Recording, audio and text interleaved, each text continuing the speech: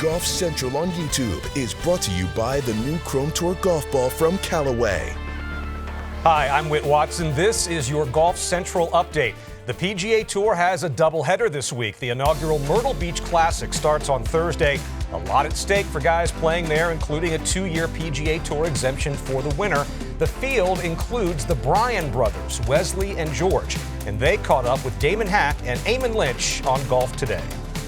Wesley and George, who you might know from their play at the game's highest level, or you might know them from their rapidly growing YouTube channel with over 350,000 subscribers. They're sons of South Carolina. How great to have them with us on this Wednesday, back home live from Myrtle Beach. Wesley, I want to start with you because you nearly got into the Wells Fargo via the Aon Swing 5. You finished 7th, so now you're with your big brother. But is that kind of a win this week that you get to play with your brother again on the PGA Tour?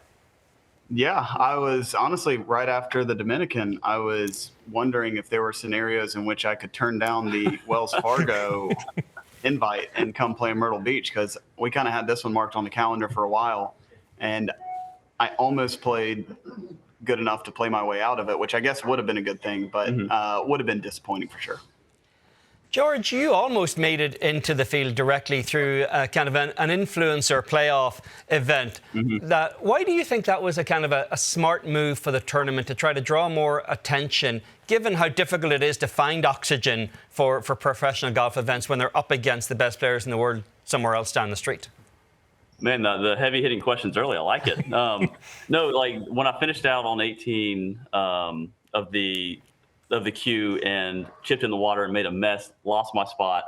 I mean, I was heartbroken. Legitimately, it stung, and I was like, man, I lost my chance of playing in a PGA Tour event in my home state, and got a call a couple weeks later and really flipped the script. And it's an honor and a privilege to be able to represent my home state, use our platform to tell the story of Myrtle Beach, the Myrtle Beach Classic, because, again, as kids, we grew up coming here and playing golf from probably age 5 to who knows how old. And so the fact that we can use our platform, what we have going on YouTube, what Wesley has going on the golf course, to be part of the story is something that I probably won't be able to put in words how much it means to me and as a family. So it's an honor to be here, and we're just excited.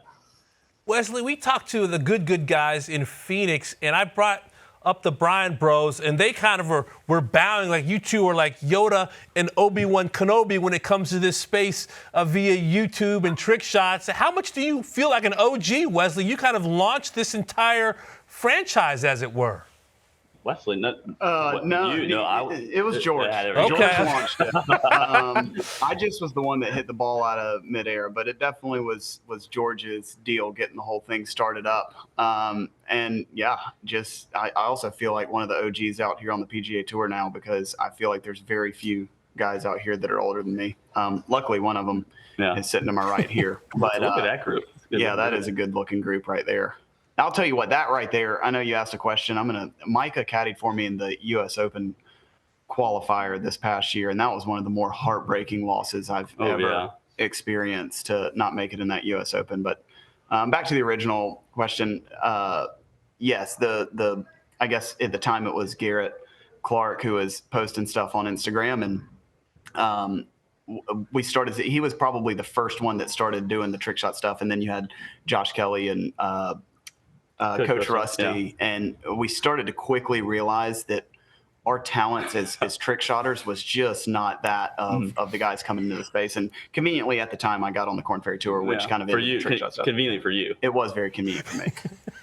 George, do you think the golf industry is starting to catch up and realize just the scale of reach that YouTube golf actually has for an audience that maybe isn't attracted to network golf? Yeah, I think it's people are starting to see the reach and that YouTube golf has, but I don't think the people within the golf community really understand how big the reach actually is. It's cool to be a part of it, and I've said it a lot of times, like, yes, we want to build our platform brand, whatever, but we want to represent YouTube golf as a whole well and see it win and see it grow, because we believe in the power of it. We know how awesome it is, for golf and the next generation of golfers, and we know that they're consuming it in mass quantities, but like we can be a positive light, not just on the PGA Tour, not just in traditional settings, but no, we can make YouTube videos that are fun, that people relate to, that they watch and consume, and we can, have an impact on lives in that way. And it's really cool, and something that we're just excited to be a part of. And to be fair, it's more fun for us as participants in the content than it is for people consuming it. So being able to do what we love, hang out, travel around the world, and play golf with your best friend and your brother, it makes it pretty special for us as well. Wesley, I'll never forget walking into the Golf Channel offices back in 2016. You won for the first time on the Korn Ferry Tour, would win 3 times that year. But after that first win, our ace researcher, Kevin Ryan, told me that you'd won the golf tournament. And I said, the trick shot guy? Like, that was my first reaction. It wasn't your golf bona fides. It was the fact that you were a trick shot dude. Are you comfortable that some people will always look at you as a trick shot guy and not even a PGA Tour that maybe the first line on the resume is trick shots? I mean, I feel like you would have referenced me as the almost All-American from the University of South Carolina, or a standout junior player. But yes, I guess sometimes I'm referred to as the trick shot, or sometimes even taking it back to the big break days. Or I still get a lot of comments about being Roni Tomo from one of my original Dude Perfect debuts. So yeah, it's fine. It's all good fun. And we enjoy at least being able to be recognized for something other than the mustache. The mustache is a little brutal, but had to bring it back. No, you have a good mustache. It's a terrible look. I think guys will be able to tell you apart. Whenever you have played in tournaments together previously, are you going to pay any attention to where the other guy stands on the leaderboard as you're working your way through your own round, or is that just figure that out over dinner? Nobody else matters in this field. I literally do not care about the other 130 other people in the field. Or I think it's 130. Will there be? I won't be on my phone personally. I will say that off record to check leaderboards, but I'll be on my phone. There will be we're playing back to back, so I'll kind of know where he is. But no, it's a very hole by hole thing. Hey, how's Wesley playing? What's he at? And in Bermuda, when I was dominating him in the first round, I was like, I almost felt sorry for him. I was like, what? He's doing that?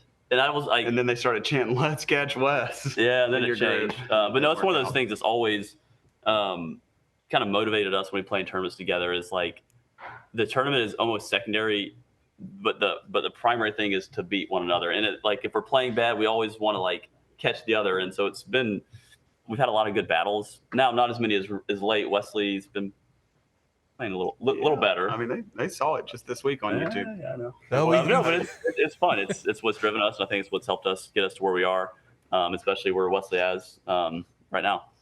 Well, Wesley, this is the first event, this inaugural event at Myrtle Beach Classic. This is golf country. To have a PGA Tour event, you two sons of South Carolina, I mean, it wouldn't be the same without you two, but how meaningful is this connection, this part of the world in golf, having the PGA Tour in Myrtle Beach? Yeah, I feel like as impactful as the state of South Carolina has been in the game of golf, really from the existence of the game here in the States, to actually get another PGA Tour event is huge, because you've seen it host Ryder Cups and major championships, and to finally get another regular PGA Tour event is really special. And here being in the golf capital of the world, it makes way too much sense. I honestly can't believe it took so long to get one here. George, Wesley, it's great to see you both, the Bryan bros. My kid's going to be watching you this week, hoping you guys make a lot of birdies, bring home a trophy, but most importantly, have a lot of fun. And thanks for joining us. Thank you, guys.